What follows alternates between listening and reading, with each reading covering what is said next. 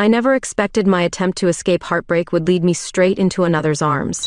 That autumn evening in San Jose, while managing the Tech Charity Gala's registration desk, I was doing what I did best, hiding behind volunteer work to avoid dealing with my emotions. "Your name tag, ma'am," I said mechanically, barely looking up from my laptop. 3 months post-breakup from Sarah, and I still couldn't shake the hollow feeling in my chest. The Charity Gala, hosted by Silicon Valley's finest, was my latest distraction. The grand ballroom buzzed with the usual tech elite crowd. Entrepreneurs in casual blazers, venture capitalists pretending to care about social causes, and nonprofit workers desperately networking. I'd seen it all before, but something felt different tonight. That's when I noticed her. Tall, athletic build, with rich brown hair pulled back in a neat ponytail. She wore a slightly ill-fitting blazer that had seen better days, but carried herself with unmistakable military precision. What caught my attention wasn't her appearance, it was her actions. While others clustered around the influential speakers, she quietly helped an elderly gentleman who had dropped his cane. There was something genuine in her movements, a kindness that seemed out of place among the artificial networking smiles. "Jamie, we need more name tags at Station 3, my CO volunteer interrupted my thoughts. I grabbed a stack and headed over, my heels clicking against the marble floor. As I rounded the dessert table, I nearly collided with her, the woman I'd been watching. "Sorry," she said, stepping back quickly, her green eyes meeting mine. There was something haunting in them, a depth that made my breath catch. "No, entirely my fault," I managed, noticing how she discreetly pocketed a dinner roll. The gesture was smooth, practiced, someone used to making resources last. "I'm Michaela," she offered unexpectedly, her voice carrying a slight southern lilt. "Jamie Parker," I replied, surprised by my racing heart. "Are you here for the coding initiative presentation?" A flash of something, embarrassment, pride, crossed her face. "Just checking out the opportunities," she said vaguely, but I caught her glancing at the buffet again. Before I could respond, she was called away by the elderly man she'd helped earlier. I watched her go, noticing how she expertly navigated the crowd while maintaining perfect posture. Military background, I was certain now. Throughout the evening, I found my eyes drawn to her repeatedly. She moved through the gala like a ghost present but somehow separate from the champagne-sipping crowd. When she thought no one was looking, I saw her slip a few more dinner rolls into her blazer pockets. The realization hit me slowly. She wasn't here for networking or tech opportunities. She was here for the food. Yet instead of merely taking care of herself, she spent the evening helping others, assisting elderly attendees, picking up dropped napkins, holding doors open. As the event wound down, I searched for her, but she had vanished. Standing there among the half-empty glasses and discarded name tags, I felt an inexplicable sense of loss. I hadn't felt such an immediate connection to someone since Sarah. Later that night, as I drove home to my empty apartment, her green eyes haunted my thoughts. There was a story there, one I desperately wanted to know. Little did I realize, this was just the beginning of a journey that would change both our lives forever. I couldn't get Michaela out of my head. The next morning, instead of my usual coding tutorials, I found myself scrolling through veteran support groups in San Jose. Call it instinct or obsession, but I knew I had to find her again. My chance came sooner than expected. A week after the gala, while dropping off leftover pastries at the downtown shelter where I sometimes volunteered, I spotted that familiar brunette ponytail. She was helping organize donations, still carrying herself with that military bearing that had first caught my eye. "Fancy meeting you here," I said, trying to sound casual while my heart hammered against my ribs. Michaela turned, surprise briefly flickering across her face before her features settled into careful neutrality. "The coffee shop volunteer," she said, then corrected herself. "Jamie, right?" "Tech Charity Gala, actually," I smiled, "though I do plenty of coffee shop volunteering too." I set down my box of pastries, noticing how her eyes tracked the movement. "Would you like to grab some real coffee? There's a decent place around the corner." She hesitated, pride warring with something else in her expression. "I don't need charity." "Good, because I'm not offering any. I'm offering coffee and conversation about our coding bootcamp scholarship program." The words tumbled out before I could second-guess them. We did have scholarships available, and she clearly had the discipline for it. Over coffee, which I insisted on buying despite her protests, Michaela's story emerged in careful fragments. Marine Corps veteran, 8 years of service, 2 tours. After discharge, a combination of PTSD and a tough economy had left her struggling. She'd been sleeping in shelters for the past 3 months. I know some coding, she admitted, wrapping her hands around the warm mug. Taught myself basic stuff while deployed. Helps keep the mind occupied. The boot camp includes housing, I said carefully, watching her expression. Full scholarship covers everything. Meals, materials, even a small stipend. And what's the catch? Her green eyes met mine, challenging. No catch, just intense work and dedication. It's a 3-month program designed to get women into tech. I pulled out my tablet, showing her the curriculum. The next cohort starts in 2 weeks. She studied the screen, and I studied her. Up close, I noticed the faint scar near her temple. The way she positioned herself to always face the door, little things that spoke of past battles. Why are you doing this? She asked suddenly, looking up. Being nice to me? The question caught me off guard. Why was I doing this? Because I couldn't stop thinking about her? Because something in those haunted green eyes called to me? Because everyone deserves a chance, I said instead, and you've got the skills and discipline to succeed. I don't want your pity. Trust me, pity's the last thing I'm feeling right now, I replied, then felt my cheeks heat as I realized how that sounded. A ghost of a smile touched her lips, the first I'd seen. I'll think about it. We talked for another hour about coding, about her time in the Marines, though she kept details vague, about my volunteer work. By the time we finished our coffee, something had shifted between us.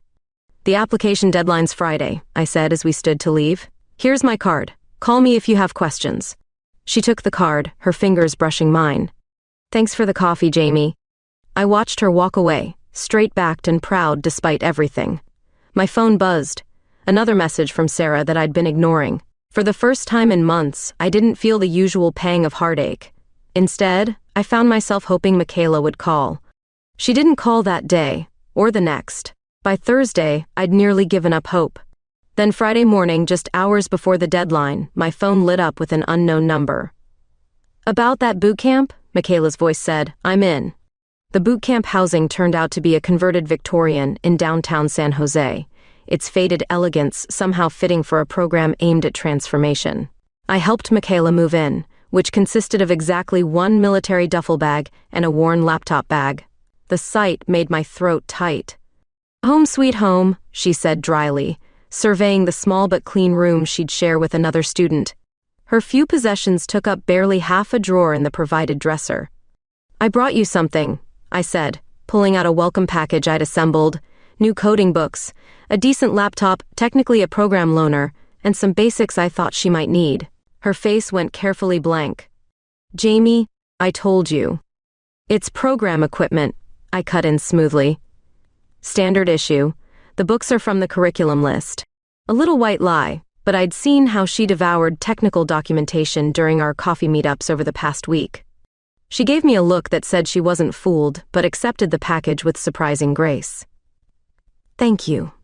As program coordinator, I had legitimate reasons to be around the house, but I found myself inventing more. Evening study sessions stretched into late-night debugging marathons. Michaela took to coding like she'd been born for it, her military precision translating perfectly to the structured world of programming.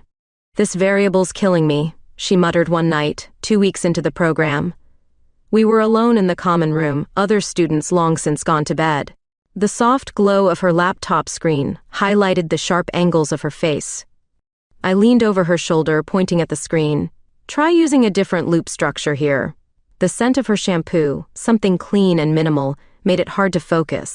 Our hands brushed as she adjusted her code, and I felt that now familiar spark of electricity between us. Michaela was different at night, softer somehow. The rigid military bearing would slip just slightly, revealing glimpses of the woman beneath. She told me stories about growing up in Georgia, about the stray dogs she'd befriended on base overseas. Never war stories, though. Those remained locked away. Got it, she grinned as her code finally compiled. Our faces were close, too close. For a moment I thought, but then someone's door creaked upstairs and we both pulled back. Days blurred together in a cascade of coding sessions, quick lunch breaks and lingering glances. I caught her watching me sometimes, when she thought I wasn't looking. The way her eyes followed my movements made my skin tingle. One evening, bringing coffee to our usual study session, I accidentally brushed against her, reaching for a whiteboard marker. Her sharp intake of breath matched my own, and for a heartbeat we stood frozen, energy crackling between us. "Sorry," I murmured, not moving away. "Don't be," she whispered back, her green eyes darkening. The moment stretched, taut with possibility. Then my phone chimed, a text from Sarah, still trying to explain after all these months. The spell broke. Michaela returned to her keyboard, shoulders tense. I silenced my phone, cursing its timing. But something had shifted. The careful distance we'd maintained began to crack. During code reviews, she'd sit closer than necessary. Our conversations wandered beyond programming into personal territory. She started joining me for morning coffee before classes, our knees touching under small cafe tables. One rainy morning, I arrived to find her already at our usual spot, 2 steaming cups waiting. "Thought I'd beat you to it for once," she said, pushing my favorite drink toward me. The gesture, small but significant, made my heart flutter. Looking at her across that table, rain streaming down the cafe windows, I realized I was in serious trouble. I wasn't just attracted to Michaela, I was falling for her. And judging by the way she looked back at me, warm and unguarded in the soft morning light, I wasn't falling alone. "Thanks," I said, wrapping my hands around the warm cup, our fingers brushing. This time, neither of us pulled away. The first time I witnessed one of Michaela's PTSD episodes, it shattered my heart. We were reviewing code in the common room when a car backfired outside. In an instant, she transformed, dropping to the floor, eyes wild, breathing ragged. "Michaela," I said softly, remembering my training from volunteer work. "You're in San Jose. You're safe." I kept my distance, speaking in calm, measured tones until recognition flickered in her eyes. "Damn," she whispered, pressing her palms against the hardwood floor. I thought I was past this. Embarrassment colored her cheeks as she pulled herself up, military bearing reasserting itself like armor. "Don't," I said, catching her wrist as she tried to leave. "Stay." She did, though it clearly cost her something. We sat in silence until her breathing steadied, my thumb tracing unconscious circles on her wrist. Finally she spoke, voice rough. "It was a market in Kandahar, the explosion. I couldn't save them all." I didn't offer platitudes or empty comfort. Instead, I shared my own demons' panic attacks after Sarah's betrayal, the fear of letting anyone close again, vulnerability for vulnerability. After that night, something deeper grew between us. She started joining me for dinner prep in the house's kitchen, our bodies moving in comfortable synchronization. I learned to read the tension in her shoulders that signaled approaching anxiety, and she learned when to pull me out of my overthinking spirals. One evening, debugging a particularly stubborn piece of code, the rain outside turned torrential. Thunder rolled across the sky, but Michaela seemed unusually calm. "I like storms," she explained, catching my questioning look. "They're honest, no pretense, just raw power." She stood by the window, lightning illuminating her profile. "Like you." "Me?" I moved closer, drawn by the intensity in her voice. "You never pretend, even when you're hurting." She turned to face me, and the air between us changed, charged like the storm outside. "Jamie." My name on her lips was different this time. Softer, almost a question. We'd been dancing around this moment for weeks, both afraid to shatter the delicate balance we'd found. Lightning flashed again, and in that brief illumination, I saw everything she'd been holding back: desire, fear, hope. Without thinking, I closed the distance between us. Our first kiss tasted like coffee and rain, gentle at first, then deepening with months of unspoken longing. She pulled back first, resting her forehead against mine. "We shouldn't," she whispered, but her hands stayed at my waist. "Why not?" "I'm broken, Jamie. The nightmares, the flashbacks. You deserve better." "I deserve real," I countered, threading my fingers through her hair. "And you're the most real thing I've found in years." The next kiss was hers, fierce and certain, backing me against the window as thunder crashed overhead. When we finally parted, both breathless, her usual military precision had cracked, revealing something wild and beautiful underneath. The moment was broken by footsteps on the stairs. We separated smoothly, returning to our laptops as other students filtered in for the evening study session. But everything had changed. That night, lying in my bed across town, my phone lit up with a text from her. "Thank you for seeing me. All of me." I touched my lips, still feeling the phantom pressure of her kiss, and typed back, "Thank you for letting me." The next morning, I found her already at our usual coffee spot, an extra splash of confidence in her smile. As I slid into my seat, our knees touched under the table, intentional this time.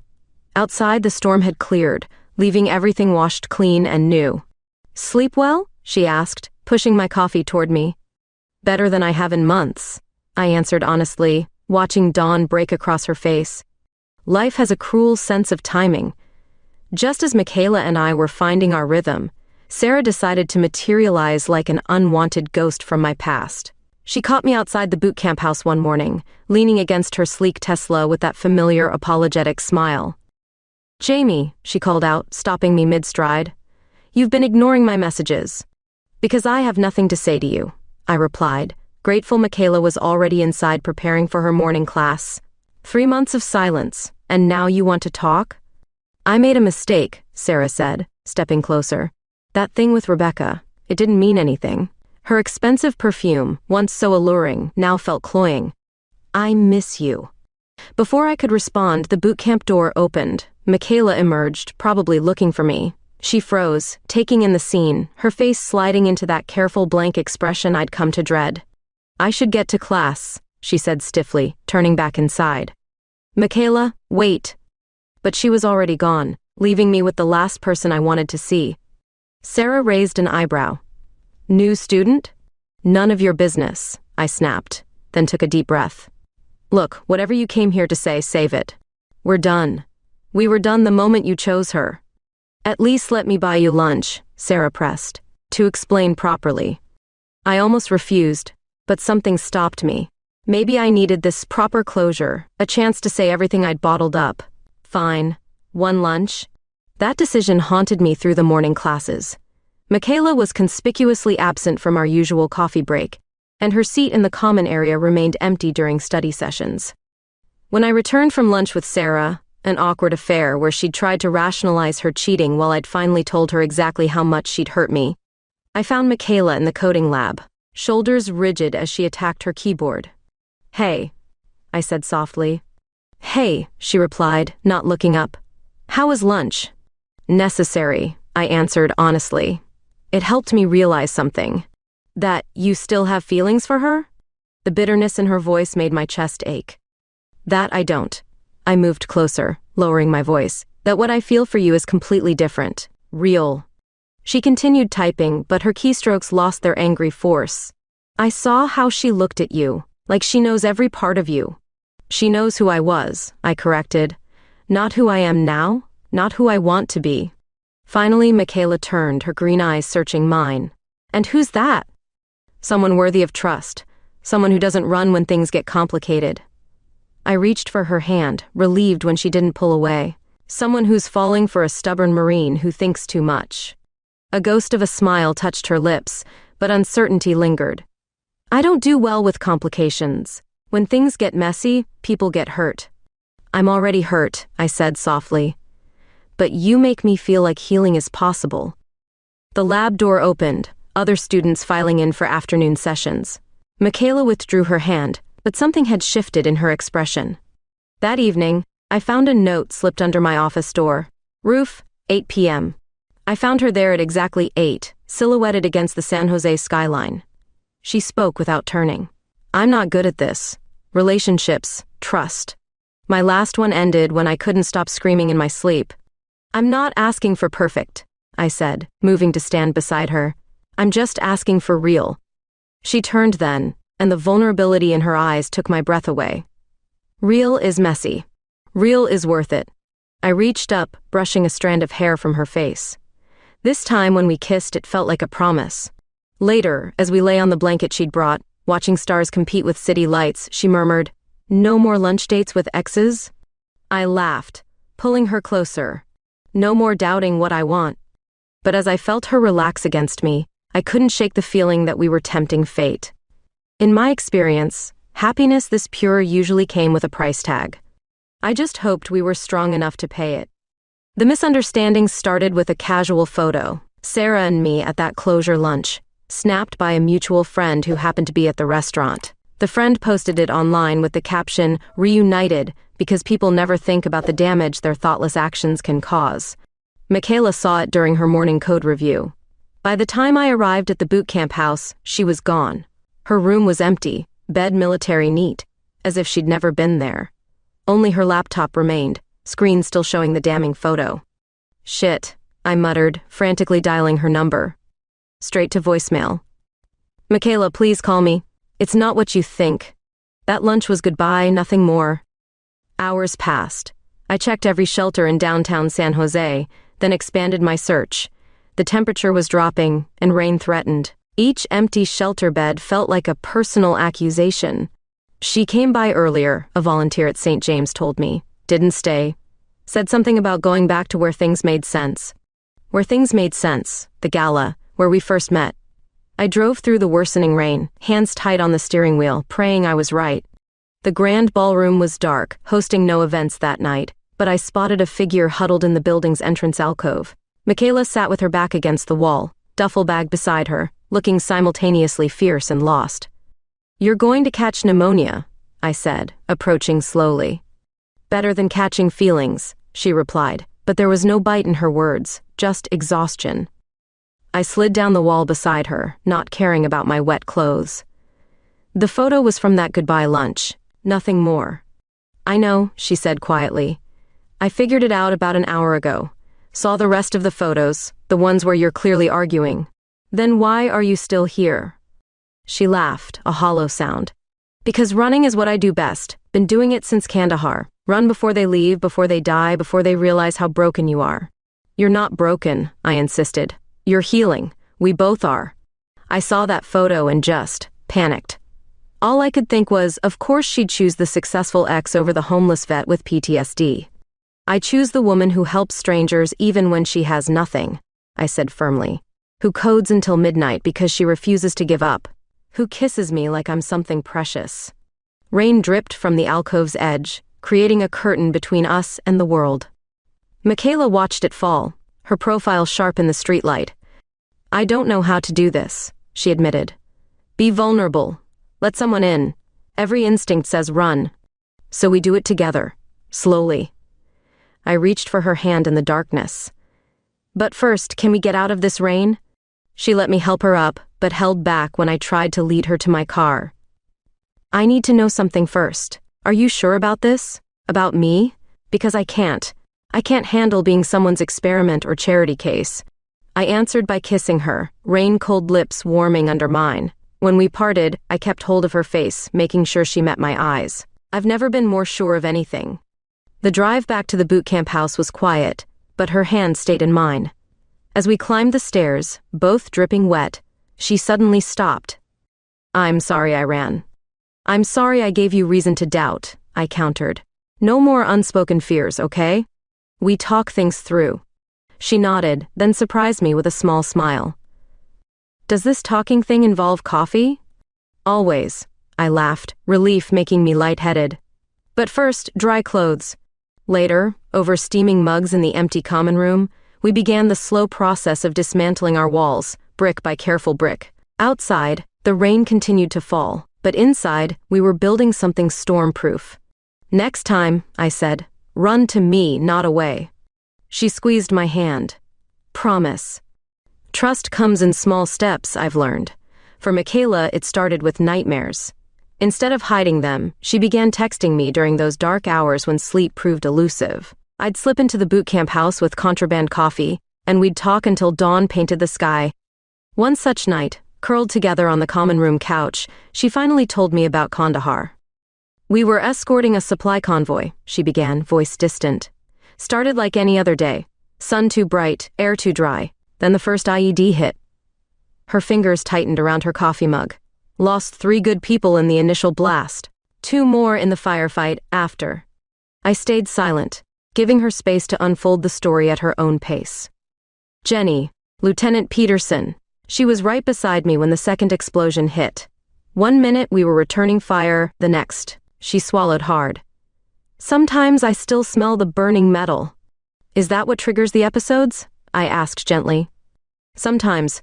Other times it's random things, a car door slamming, the wrong kind of silence. She set down her mug, hands trembling slightly.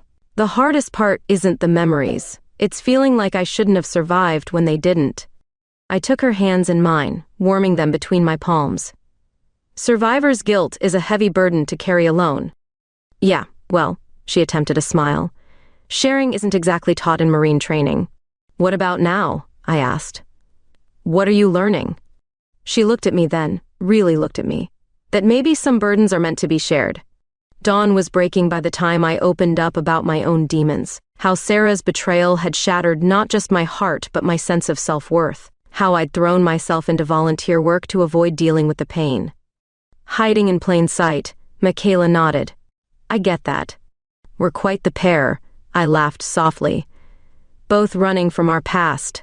Maybe it's time to stop running. She shifted closer, her warmth seeping into my side. Maybe it's time to start building something new. The holiday season was approaching, and downtown San Jose sparkled with lights. One evening, walking back from a coding session, snowflakes began to fall, a rare occurrence in the Bay Area. Look, I pointed upward, delighting in the way the lights caught the falling snow. When I looked back at Michaela, her expression took my breath away. Beautiful, she said, but she wasn't looking at the snow. Under the glow of holiday lights, with snowflakes melting in her hair, she kissed me. Not our usual careful kisses, but something deeper, more certain. When we parted, her eyes held a new warmth. I think I'm falling in love with you, she whispered, the words visible in the cold air between us. My heart soared. Think? Marine precision, she smiled. Never state anything without absolute certainty. And what would make you certain? She took my hand, entwining our fingers. Time, trust, more mornings with coffee and code, more nights talking until dawn. Her voice softened. More moments like this. I can work with that, I said, pulling her close again, because I'm already certain about you. The snow continued to fall, dusting our shoulders with white, but neither of us moved to seek shelter. Some moments are worth getting cold for. Later that night, in the quiet of her room, she showed me her medals, carefully wrapped in cloth and tucked away in her duffel. Each one came with a story, some funny, some heartbreaking. She'd never shared them with anyone else. Why me? I asked as she folded them away again. Because you see me, she answered simply. Not the veteran, not the homeless woman, not the broken soldier. Just me. I pulled her into bed, wrapping her in warmth and promises. Always. That night, when the nightmares came, she didn't face them alone. And in the morning, watching her sleep peacefully for once, I realized something profound. We were healing each other, one shared burden at a time. As the boot camp entered its final month, Michaela's talent couldn't be ignored. Her coding projects consistently topped the class, combining military precision with creative problem-solving. When Google's recruiter reached out about an internship interview, it felt inevitable. You're ready for this, I assured her, watching her pace our favorite coffee shop. She'd traded her worn clothes for a crisp blazer I'd helped her choose, but her hands still fidgeted with nervous energy. What if they ask about the gap in my employment? She worried, adjusting her collar for the 100th time. Or why a veteran's applying for an entry-level position? I caught her hands, stilling them. Then you tell them the truth, that you've overcome more challenges than most people face in a lifetime, and you're still coding circles around everyone else. Her green eyes softened. How do you always know exactly what to say? Must be love, I smiled, straightening her blazer. Now go show them what a Marine coder can do. The interview was at Google's San Jose office, all glass and modern angles. I waited in the lobby, pretending to work on my laptop while actually counting minutes. When Michaela emerged 2 hours later, her face was unreadable. Well? I asked, heart pounding. A slow smile spread across her face. They want me to come back tomorrow, for the technical interview. I barely waited until we were outside before pulling her into a kiss. I knew it! We need to celebrate. We ended up at an upscale restaurant, my treat, despite her protests. Over wine and pasta, she recounted every detail of the interview, her eyes bright with excitement. The interviewer was a veteran too, she said, gesturing with her fork. Air Force.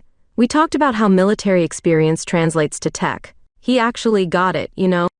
Watching her talk, all animation and confidence, I fell in love all over again. This was a different Michaela from the guarded woman I'd met at the gala, still strong, but softer around the edges, more willing to hope. "What?" she asked, catching me staring. "Just thinking about how far we've come." Her hand found mine across the table. "We make a good team." "The best," I agreed, then raised my glass. To new beginnings. The evening was perfect. Dinner, a walk through downtown's holiday lights, and finally back to my apartment. We'd been spending more nights there lately, away from the boot camp house's watchful eyes. "Stay," I whispered as we crossed the threshold, though she already had a drawer of clothes here. "Always," she replied, and then words became unnecessary. They spent the night exploring their deep connection, expressing their love in the most intimate way. Morning found us tangled in sheets, sunlight painting patterns across bare skin. Michaela traced lazy circles on my shoulder, unusually contemplative. "What's on your mind?" I asked, pressing a kiss to her collarbone. "If I get this job." She hesitated. "Would you help me look for an apartment?" I propped myself up on an elbow. "You could stay here." "Jamie." Her voice held warning. "That's a big step." "We practically live together already," I pointed out. "And I love waking up with you." She was quiet for a long moment, then, "What if I mess it up? What if the nightmares get worse or I can't handle the pressure?" "Then we handle it together." I cupped her face, making sure she met my eyes. "I'm not asking because it's convenient. I'm asking because I want to build a life with you." "A life," she repeated softly, testing the words. "That sounds nice. Is that a yes?" Instead of answering, she pulled me down for a kiss that held all the promise of tomorrow. When we finally parted, her smile was radiant. "Yes," she whispered against my lips. "But you're helping me move my massive collection of possessions." I laughed, heart overflowing. "All one duffel bag of it?" "Hey, I own books now. And a decent laptop. I'm practically a tech mogul." As we lay there planning our future, I marveled at how love sometimes sneaks up on you, not in grand gestures or dramatic moments, but in quiet mornings and shared laughter, in the gentle way healing happens when you're not looking. They say you never really know someone until you meet their parents. I was about to learn just how true that was when my mother's caller ID lit up my phone one ordinary Tuesday morning. "Jamie, darling." Her voice dripped with forced casualness. "Care to explain why, Mrs.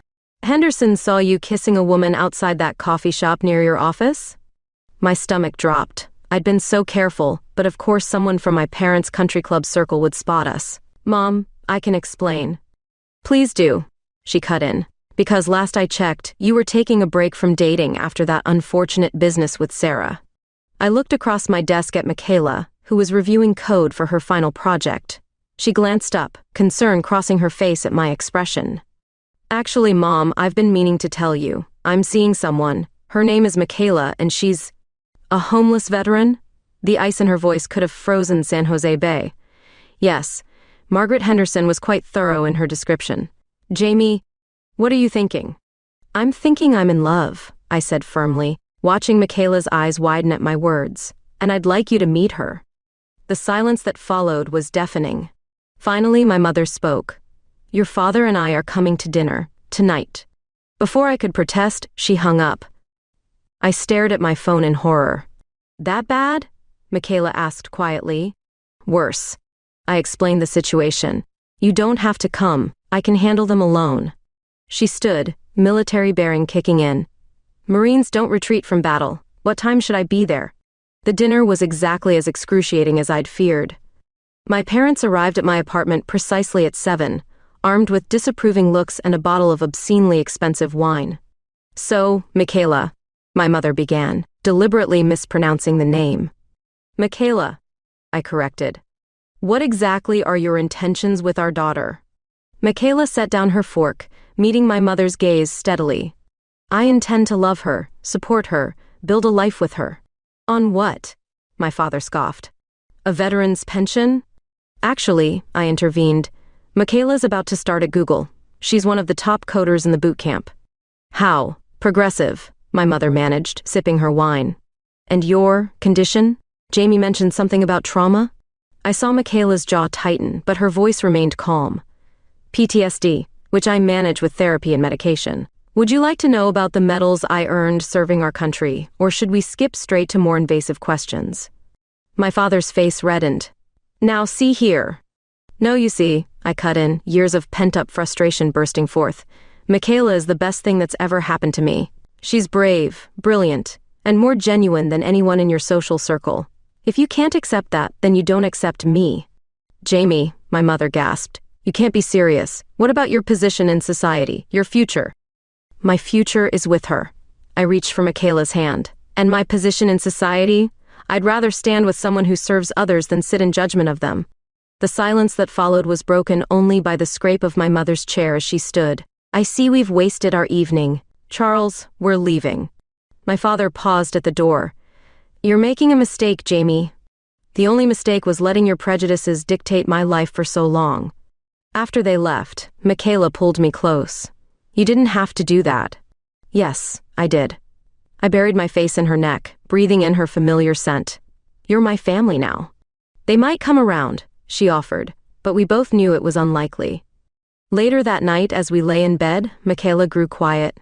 Maybe they're right. Your life would be easier without. I silenced her with a kiss. My life is better with you in it, period. Even if it means losing them? You can't lose something that was never really yours, I said softly. They loved their idea of me, not who I actually am. She held me tighter, and I felt her tears dampen my shoulder. I love who you actually are, every stubborn, beautiful part. Good, I whispered. Because you're stuck with me now. Outside, San Jose sparkled under a winter sky, indifferent to the small dramas playing out beneath it. But in our warm bubble of defiant love, nothing else mattered. We had chosen each other. Everything else was just background noise. The email arrived on a Thursday morning, Google's official offer letter for Michaela. I found her staring at her laptop screen, hands trembling slightly. Well? I prompted, setting down our morning coffee. 6 figures, she whispered, still in shock. Plus benefits, stock options. Jamie, this is real. I wrapped my arms around her from behind, resting my chin on her shoulder to read the details. Of course it's real. You earned this. She turned in my arms, eyes bright with unshed tears. A year ago, I was sleeping in shelters. Now, you're a badass software engineer who's about to take Silicon Valley by storm. I kissed her softly. Ready to go apartment hunting? House hunting, as it turned out, was both exciting and terrifying. San Jose's real estate market was brutal, but Michaela attacked it with the same precision she brought to coding. Too dark, she'd say in one place, examining the windows with a tactical eye. Poor sightlines. Too exposed, at another, frowning at the ground floor location. I started to see the spaces through her eyes, not just as homes, but as secure locations. Places where hypervigilance could relax into comfort. The perfect place found us on a rainy Sunday, a third-floor corner unit in a secure building, with high ceilings and windows that caught the morning light. The moment we walked in, Michaela's shoulders relaxed. This one, she said simply. I wandered through the rooms, imagining our life here, my books mingling with her growing collection, a proper desk setup for late-night coding sessions, a kitchen where we could cook together instead of surviving on takeout. The bedroom has a great view, the realtor pointed out. Michaela was already checking the emergency exits and sight lines, but I saw her smile at the cityscape visible through the windows. What do you think? She asked later, as we sat in our favorite coffee shop discussing numbers. I think it's perfect. I squeezed her hand. But are you sure you want to do this together? It's a big commitment. She looked at me with those green eyes that still made my heart skip. I've never been more sure of anything. The paperwork was a blur of signatures and dates. Before we knew it, we were standing in our empty apartment, surrounded by boxes, mostly mine, though Michaela's possessions had grown beyond that single duffel bag. Welcome home, I whispered, pulling her close. She responded by pressing me against the nearest wall, her kiss fierce and claiming. Our home. That night, they christened their new space with passionate lovemaking, marking every room as their own. The next few weeks were a chaos of unpacking and settling in. Michaela's military precision proved invaluable in organizing our shared space. Everything had its place. but somehow it never felt rigid. "You kept it," I said one evening, finding my volunteer coordinator badge from the Tech Gala displayed on our bookshelf. "Of course." She wrapped her arms around my waist from behind. "It's where our story began." Small moments kept catching me off guard, finding her combat boots next to my heels by the door, her protein bars mixing with my organic snacks in the pantry, 2 toothbrushes in a shared holder. The nightmares didn't stop completely, but now when they came, we had a routine. I'd make tea while she did her breathing exercises, then we'd curl up on our balcony, watching the city lights until dawn. One such morning, as the sun painted San Jose in gold, Michaela turned to me with an unexpected question.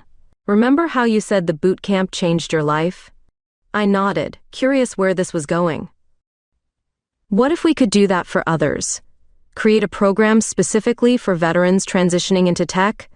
The idea took root immediately. We could partner with local shelters, offer housing support, use my military connections for outreach. She was already reaching for her laptop, eyes bright with purpose. "Look at us," I laughed, "planning to change the world before breakfast." She paused her typing to pull me in for a kiss. "You already changed my world. Seems only fair to pass it on." Later that day, watching her on a video call with Google's diversity team, pitching our veteran program idea with passionate precision, I felt my heart swell with pride and love. This was us, building something bigger than ourselves, turning our shared wounds into stepping stones for others. Home, I was learning, wasn't just a place with perfect sightlines and secure exits. It was wherever we face the future together, one line of code at a time. 1 year can change everything. Standing in the same grand ballroom where I first met Michaela, I could hardly believe how far we'd come. Tonight's Tech Charity Gala wasn't just another networking event. It was the launch of our Veterans Code initiative. "Ready for your speech?" I asked, adjusting Michaela's tie. She wore her dress blues, medals gleaming under the chandeliers. Gone was the woman who'd once pocketed dinner rolls here. In her place stood a confident tech leader who'd just been promoted to senior engineer. "Ready as I'll ever be," she smiled, then frowned at something over my shoulder. "Is that?" I turned to see my parents entering the ballroom. They hadn't spoken to me since that disastrous dinner, though my mother still sent pointed holiday cards addressed only to me. "I invited them," I admitted. "Figured they should see what their daughter and her homeless veteran built together." Before Michaela could respond, the program director called her to the stage. I watched with pride as she commanded the room's attention, telling our story with characteristic precision and unexpected humor. "A year ago, I stood in this room wondering where my next meal would come from," she began. "Today, I'm here to announce a program that will ensure no veteran has to make that choice again." The initiative was ambitious. A full scholarship coding bootcamp specifically for veterans, complete with housing support and mental health resources. Google had matched our initial funding, and other tech giants were following suit. I noticed my parents in the audience, their expressions shifting from rigid politeness to genuine interest as Michaela outlined the program's success metrics. My father actually nodded when she discussed the return on investment in veteran education. After the presentation, during the mingling portion, Michaela disappeared briefly. I was answering questions about volunteer opportunities when she returned, looking oddly nervous. "Can I borrow you for a minute?" she asked, taking my hand. "There's something I need to show you." She led me to the exact spot where we'd first collided that fateful night. The room had cleared somewhat, but there was still a decent crowd. "Jamie," she began, her voice carrying that same southern lilt that had first caught my attention. "A year ago, you saw me when I was invisible. You offered help when I couldn't ask for it. You loved me when I didn't love myself." My heart started racing as she dropped to one knee, producing a small box. "I had this whole speech planned," she continued, voice shaking slightly, "about battle strategies and secure positions. But standing here, all I can think is, I want to spend the rest of my life making you as happy as you've made me." The ring was simple, elegant, a sapphire that matched my eyes. "Will you marry me?" Through my tears, I saw my parents watching from across the room. My mother's hand was pressed to her mouth, my father's arm around her shoulders. "Yes," I managed, pulling Michaela to her feet. 1,000 times yes. The room erupted in applause as we kissed. When we finally parted, I was surprised to find my parents approaching. "That was quite a presentation," my father said gruffly. Then, to my shock, he extended his hand to Michaela. "Welcome to the family." My mother dabbed at her eyes. "The ring is lovely, dear. And perhaps we could do lunch next week? All of us?" Later that night, in our apartment, Michaela and I slow danced on our balcony. The city sparkled below, full of promise. "You know," she mused, "when I first came to San Jose, I thought I was just passing through. Another city, another shelter. And now? Now I know I was finding my way home." She pulled back to meet my eyes. "To you." I traced the scar near her temple, this mark of her past that was part of our story. "Think we can handle a military precision wedding?" "Please," she smirked. "That's what spreadsheets are for." As we swayed under the stars, I thought about all the ways love heals us, not in grand gestures or dramatic moments, but in quiet choices to stay, to trust, to build something new from the broken pieces. Sometimes the best stories start with a simple hello. Sometimes they start with stolen dinner rolls. And sometimes, if you're very lucky, they never really end at all.